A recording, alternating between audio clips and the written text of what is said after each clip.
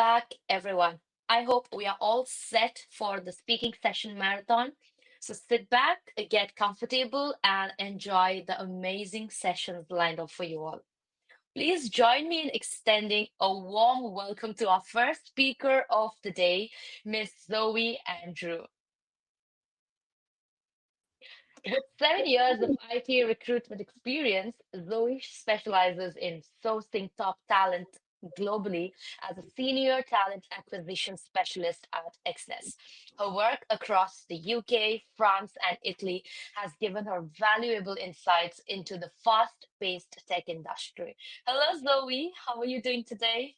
Hi, Tripti. Thank you so much for such a warm welcome.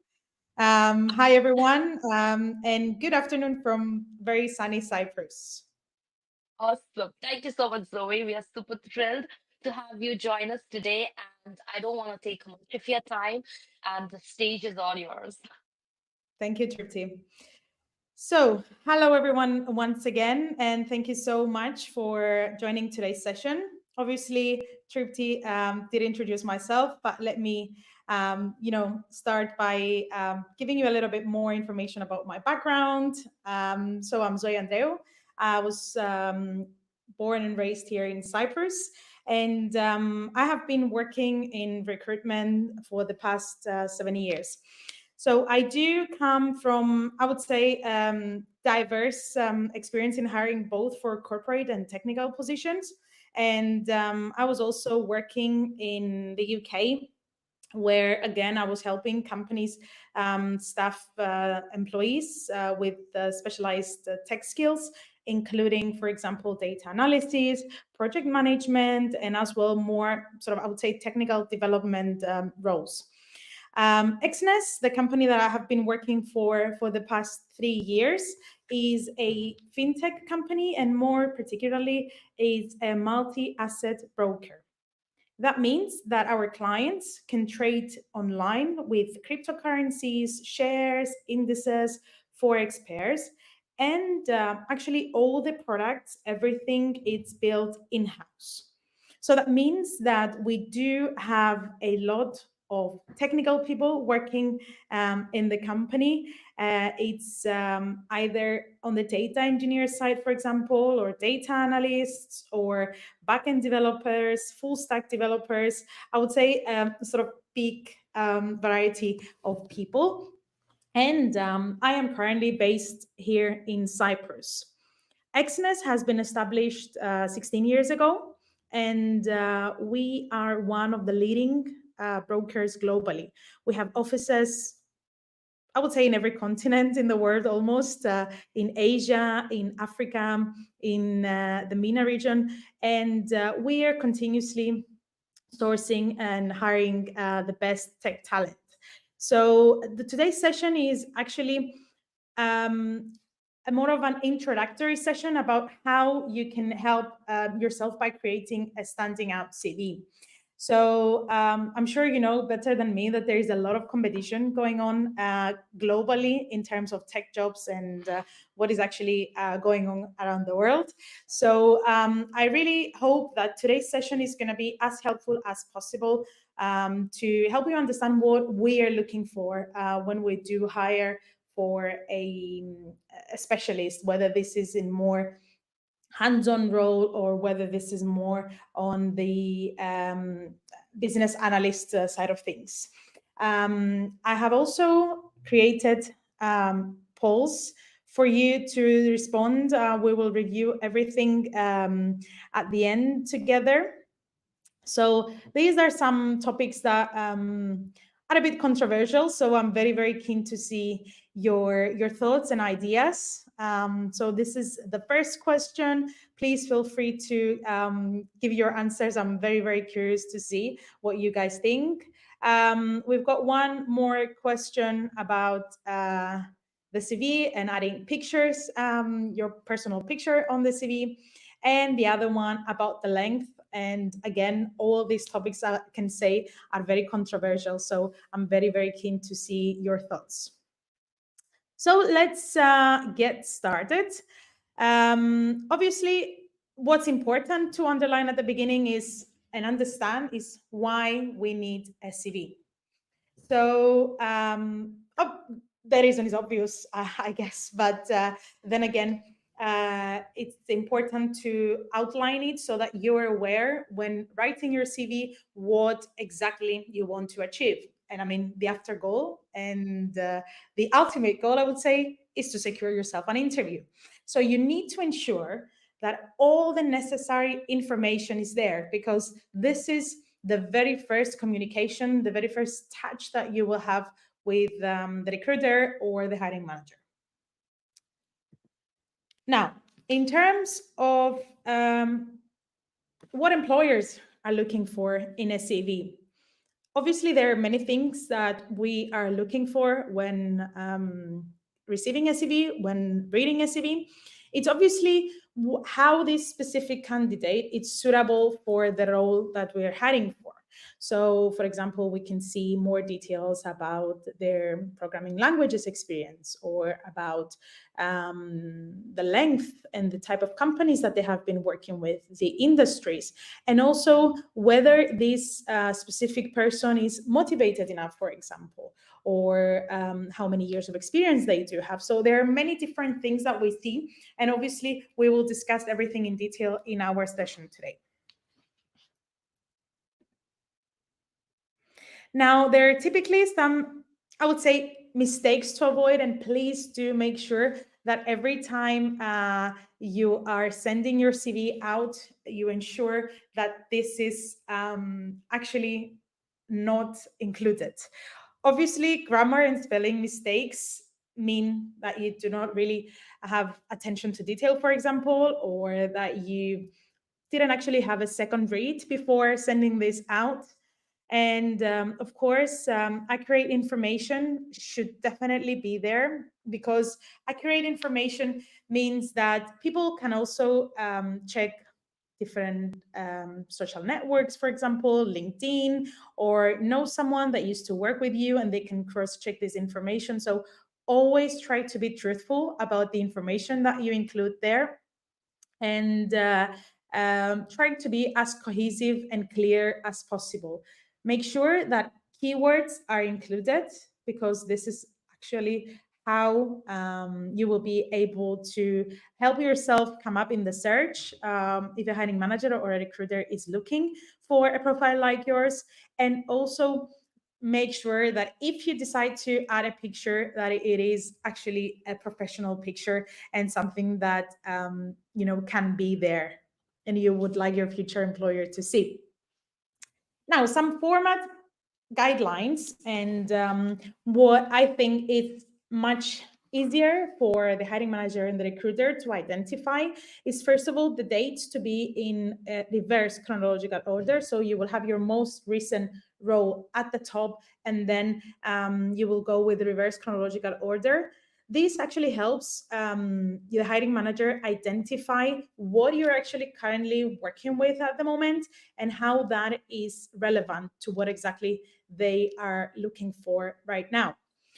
Also, bullet points are a very good way to kind of be concise and not have too much information. And also, it's easy to read, same as a readable font. So you don't want any calligraphy, much italic. I would use bold and italics only to emphasize, but obviously not too much. And make sure that you include your name and your personal details, because this is the only way that they can get through to you. So if you don't have your contact details, you don't want to picture a scenario when you will be the perfect candidate for this specific job, but they will have no way to contact you. So please make sure that this information is accurate. Now we will see a bit of a basic CV structure and what I personally use on my CV, and what I really find easy to look at when candidates submit this information and their CV to me. So a profile summary, it's something that I would definitely encourage you to have at the top of your CV under your name. It could be some keywords and some very brief introduction of yourself and your skill set. But obviously, please make sure that you are keeping it brief. Now, in terms of the work experience section, this is what I will have next under the summary section. So here I would, again, focus on using reverse chronological order like we've discussed. And it will be great if you could add the details of your current role. For example, it could be something like job title, hire date, and then the company. It could be in a different kind of structure. So, for example, it could be the job title, the company, and then the date. This is absolutely fine. And have all the necessary information in terms of your key duties and responsibilities. Because a team leader in one company, for example, might mean something completely different, whereas in your company might mean something different. So it's important to include information here that help, again, the recruiter or the hiring manager identify why you are the right fit for this specific role.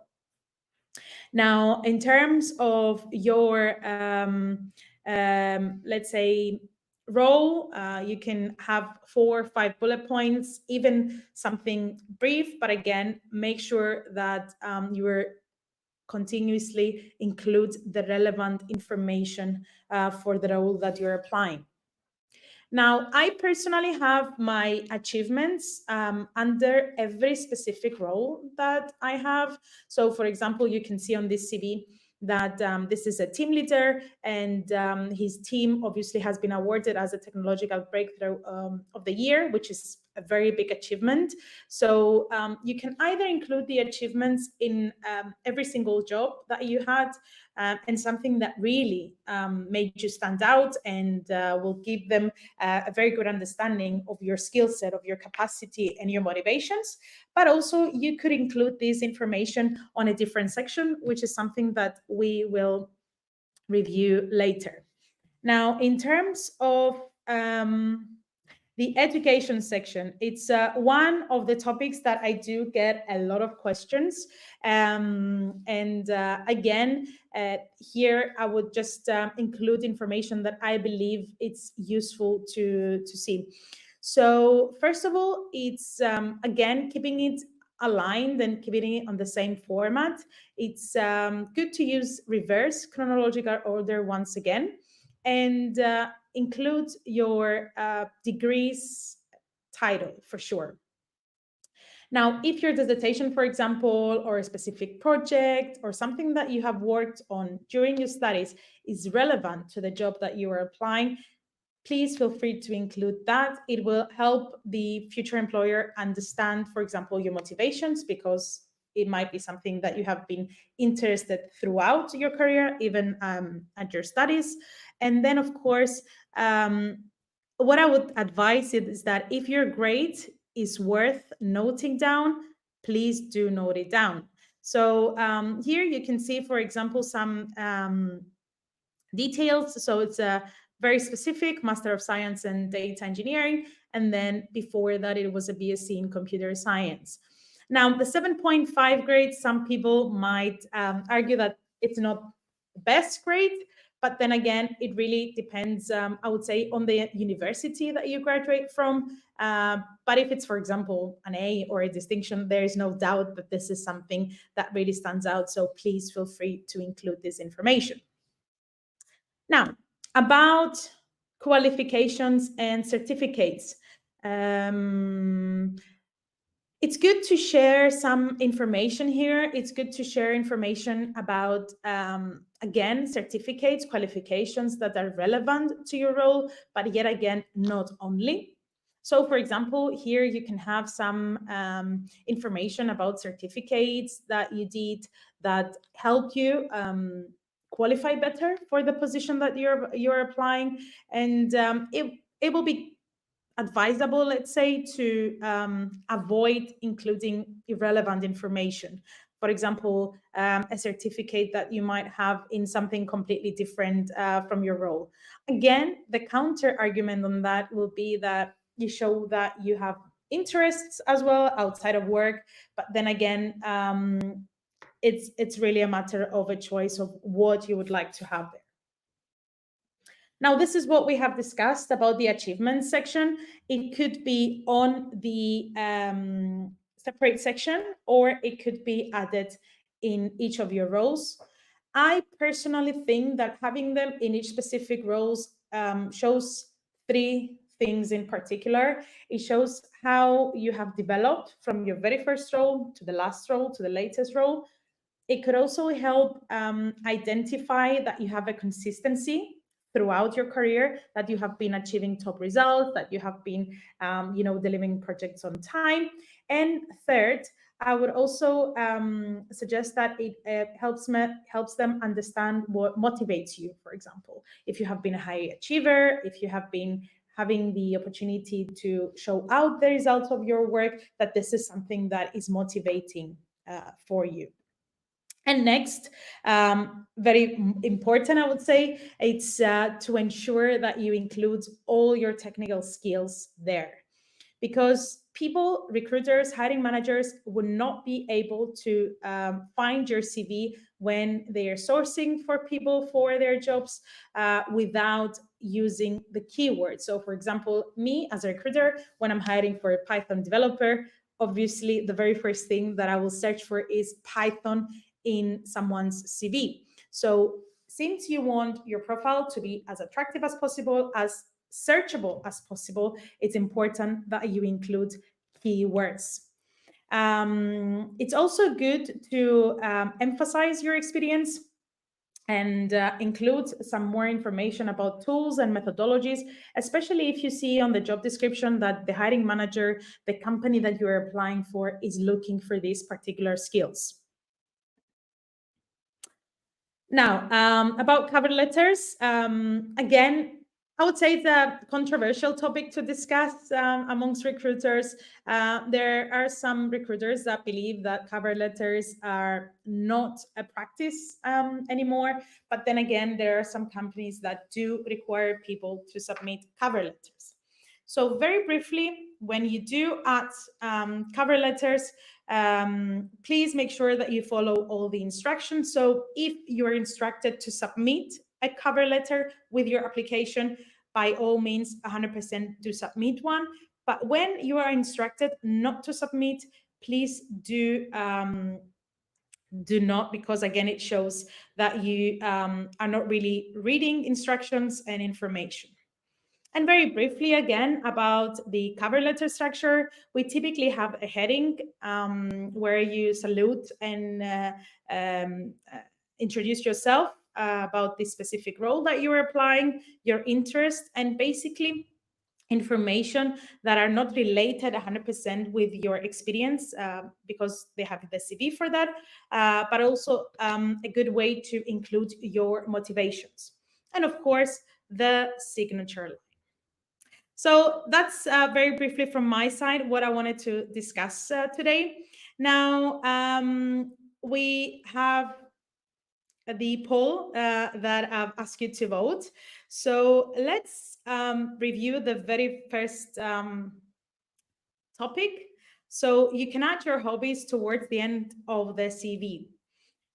It will be great here to get some opinions. Obviously, we can see that people say yes, 62% voted for yes, and 37 voted for no. So I'm very keen to hear people's thoughts on that. So please feel free to raise your hands, introduce yourself, and let me know your thoughts on this.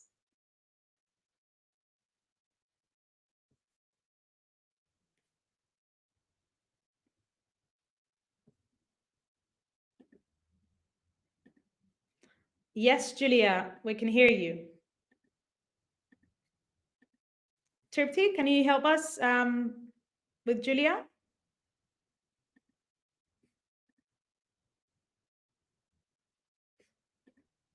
No, we cannot hear you, actually, sorry.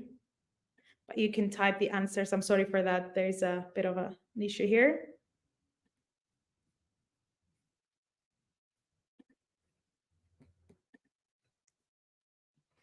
Yes, Julia, please feel free to type your comment here in the chat. And again, let's go to some Q&A.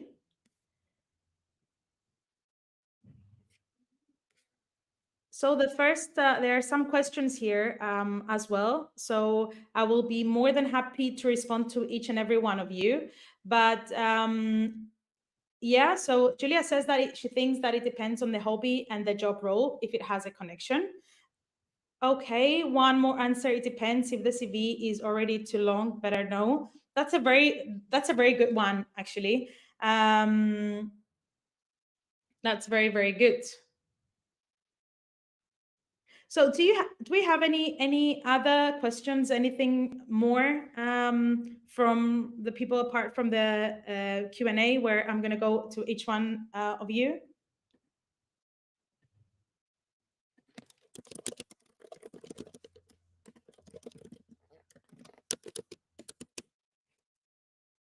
So no more raised hands. I would like to thank you everyone for spending time to speak with me. Again, I will be at the EXNESS booth for the next few hours. So please feel free to pass by. We can discuss together all the questions you might have. My colleagues and myself will be there to speak with you. So thank you so much once again.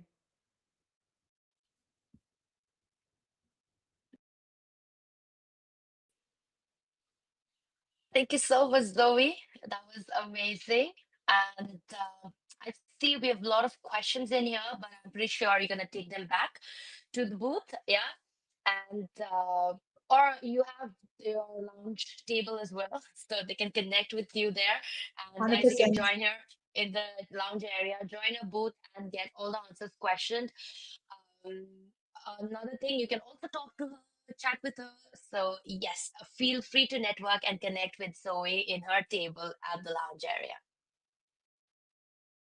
Thank you Thank so you, much, Trixie, Zoe. so much. Thank you guys for attending and looking forward to seeing you in our booth. Absolutely. Thank you all. I will see you all in the next session.